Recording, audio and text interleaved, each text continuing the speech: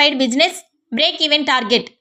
Box office దగ్గర భారీ అంచనాల నడుమ సంక్రాంతి సీజన్లో అన్ని సినిమాల కన్నా ముందు రిలీజ్ కాబోతున్న pan India sensational rebel star Prabhas నటించిన latest movie the Raja Saab box office దగ్గర రెబల్ స్టార్ మాస్ రాంపేజ్ని చూపించే అవకాశం ఎంతైనా ఉండగా, మరో పక్క బిజినెస్ పరంగా మరికొన్ని ఏరియాల్లో మంచి రేట్స్ని అడ్వాన్స్ బేస్ మీద అందుకుంది.